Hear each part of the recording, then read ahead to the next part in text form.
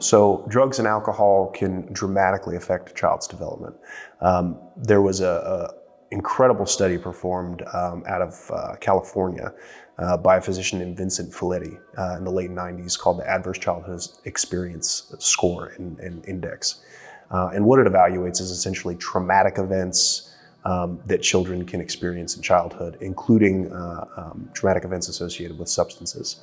But they were able to demonstrate logarithmically that the more traumatic events that you had as a child, the higher likelihood you had of becoming an addict yourself, the higher likelihood you had of developing diabetes, obesity, cancer, premature death, smoking.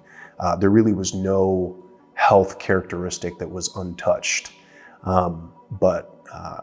The ACE scores demonstrate that unfortunately trauma is huge and substantial.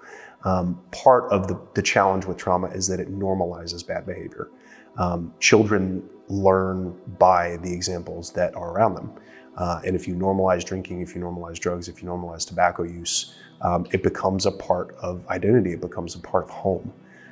Which again is very bizarre to say out loud because you're personifying an activity or a substance, but that's very much what it becomes. And whenever you have those experiences as a child and it's normalized, you dramatically increase the risk of the children experiencing that as they grow and as they become adults.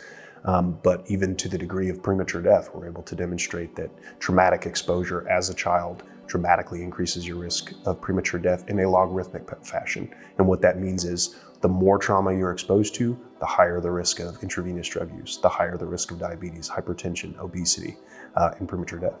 Specifically with alcohol use disorder, whenever you're developing as a child. So your neurologic development actually doesn't completely finalize and finish until your early 20s.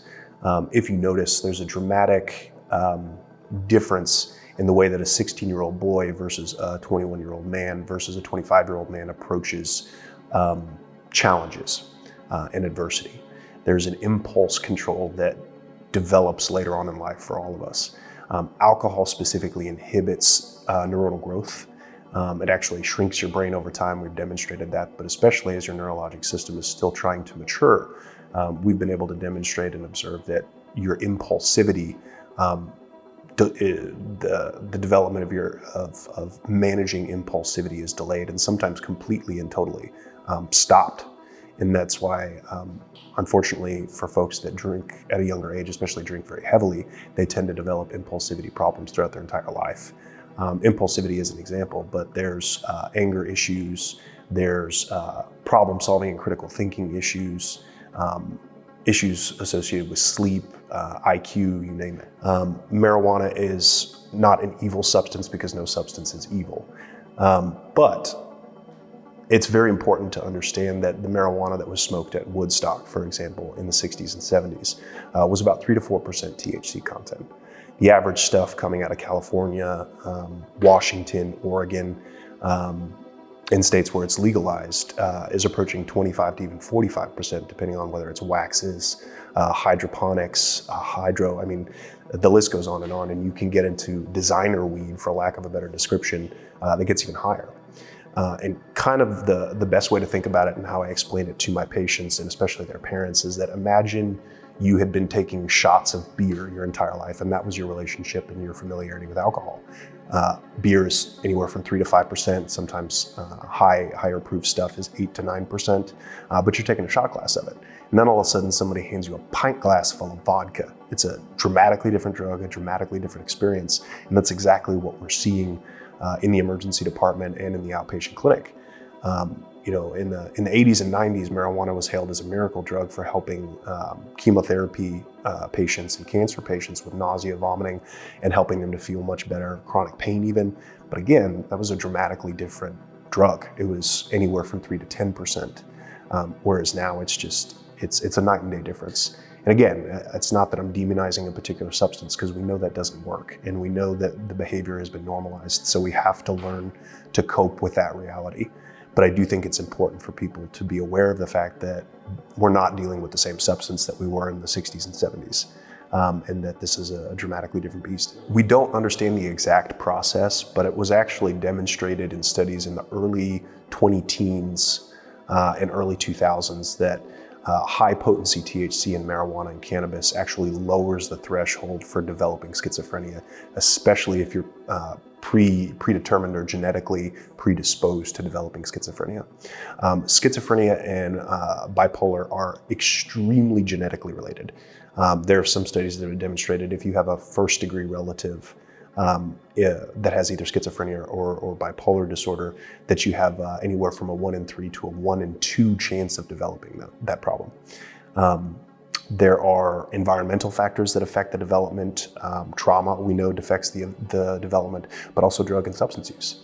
And cannabis in particular has been very well documented as lowering the threshold, making it easier for your body to develop schizophrenia if you use it, especially as a developing teenager.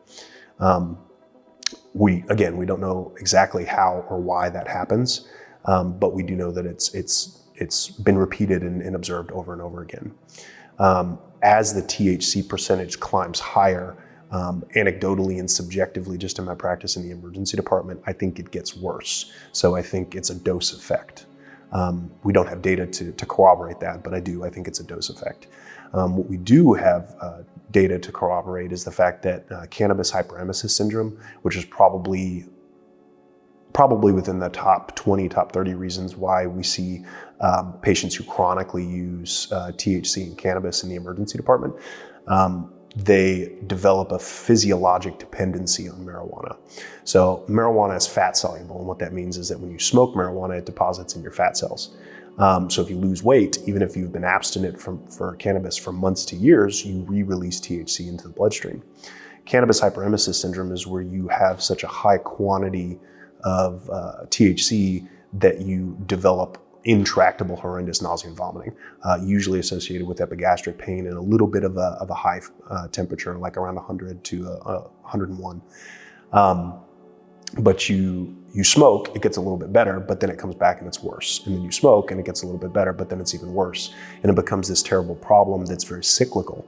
The worst part about it is even if you try to abstain, because you have this horrible nausea, vomiting, and abdominal pain, you end up losing weight because you have nausea and vomiting and you can't eat, and then you re-release THC into your bloodstream from the fact that you're metabolizing your fat cells.